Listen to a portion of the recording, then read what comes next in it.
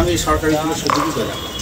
এই যেমন জানেন গায়ক শিল্পীরা ঘরে করতাল বাজাইতে পারে, কোনো স্টেজে ওঠে নাই, কোথাও যায়ও নাই, সেও শিল্পী হয়ে গেছে, ভাতা পাচ্ছে। আর আমি এত বড় একটা শিল্পী, হ্যাঁ পড়াশোনা বাদ দেয় এই কাজে আসলাম।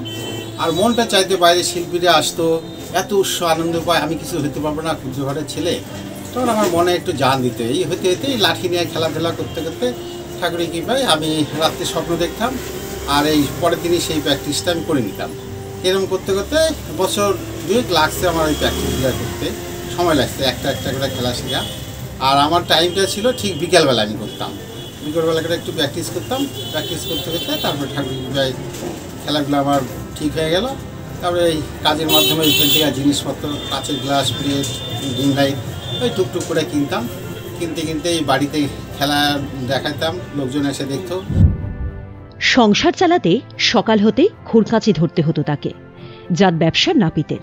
তবে ছোট থেকে নেশা ব্যালেন্সের খেলা দেখানো। অন্য শিল্পীদের মতো নাম করবেন তার জন্য সার্কাস কোম্পানিতেও ঢুকেছিলেন, কিন্তু যাযাবর সেই জীবন পছন্দ হয়নি বালুরঘাট শহরের চকভবানী এলাকার ঘোষপাড়ার উত্তম কুমার শীলের। তাই ফিরে আসেন বাড়িতে, আবার হাতে তুলে নেন খুরকাঁচি। এরপর মনস্থির করেন যতদিন শরীর সঙ্গ দেবে ততদিন পর্যন্ত তিনি এই খেলা দেখিয়ে যাবেন।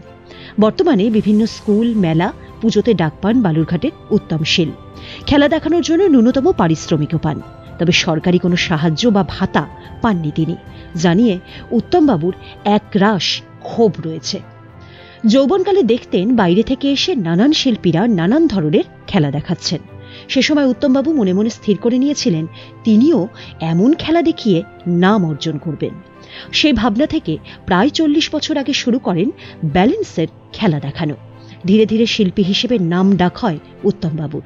বর্তমানে বাড়িতে রয়েছে 2 ছেলে এবং স্ত্রী, তাদের নিয়েই ভরা সংসার। বালুরঘাট বাসস্ট্যান্ড চত্বরে রয়েছে উত্তমবাবুর সেলুনও, সেখানে তার ছেলেও ব্যবসার কাজে সহযোগিতা করে। মাঝে অবশ্য খেলা দেখানো বন্ধ রেখেছিলেন তিনি, আবার নতুন করে খেলা দেখানো শুরু করেছেন। আর তার এই কাজে সহযোগিতা করেন তার 2 ছেলে ও স্ত্রী। উত্তমবাবু বলেন, আমার জাত ব্যবসা সেলুনের, তবে আমার নেশা ব্যালেন্সের খেলা দেখানো। আমার কোনো শিক্ষাগুরু নেই, আমার সবটাই সাধনা, অনুশীলনের ফল। তারপরে ক্লাবে করতাম, তারপরে এই করতে করতে সার্কিটের লোক আসছিল আমার দোকানে, খেলা দেখা পছন্দ, তখন আমি সার্কিটে গেছিলাম। সার্কিটের লাইফটা দেখি যে যাযাবর লাইফ, ভালো লাগে না, এর কোনো দাম নাই। সার্কিট ছেড়ে দিয়ে এসে আমি খেলাও বন্ধ রেখে দিয়েছিলাম। তারপর অনেকেই বলতো যে তো খেলাগুলো তো ভালো, খেলাগুলো ছাড়লি কেন? তারপরে খেলাগুলো আমি আবার সংগ্রহ করলাম, সব জোগাড় করলাম, জিনিসপত্র করে চালাই। শিক্ষাগুরু কেউ নাই, আমার হলো সাধনাগুরু।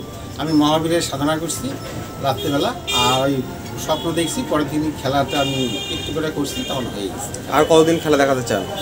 আর আপাতত আমার শরীরটা যে কদিন চলে আর কি, সেই কদিন আর কারোর কোনো বাধা বিঘ্ন বাড়বো না, আমি চালাই যাই। এটা তো একটা আলাদা নেশা না? এটা আমার একটা সাধনা শক্তি নেশা, বুঝলেন খেলাটা। বালুরঘাট থেকে রূপক সরকারের রিপোর্ট, উত্তরবঙ্গ সংবাদ।